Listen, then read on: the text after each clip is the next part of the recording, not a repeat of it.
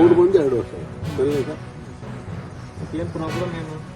ಏನಿಲ್ಲ ಸರ್, ಈ ಮಳೆ ಈಗ ಮಳೆ ಆಯ್ತು, ಇದಕ್ಕಿಂತ ಮುಂಚೆ ಸ್ವಲ್ಪ ನಮ್ದು ಕಮ್ಯುನಿಕೇಶನ್ ಗ್ಯಾಪ್ ಆಗಿತ್ತು. ಯಾರ ಜೊತೆ?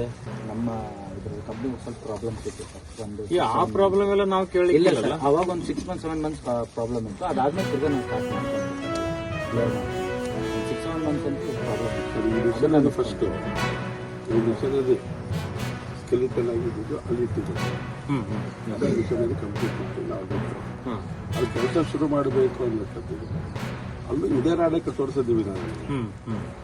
ಅಲ್ಲೂ ಕೂಡ ಇದೇ ರಾಡ್ಗಳಿರೋದು.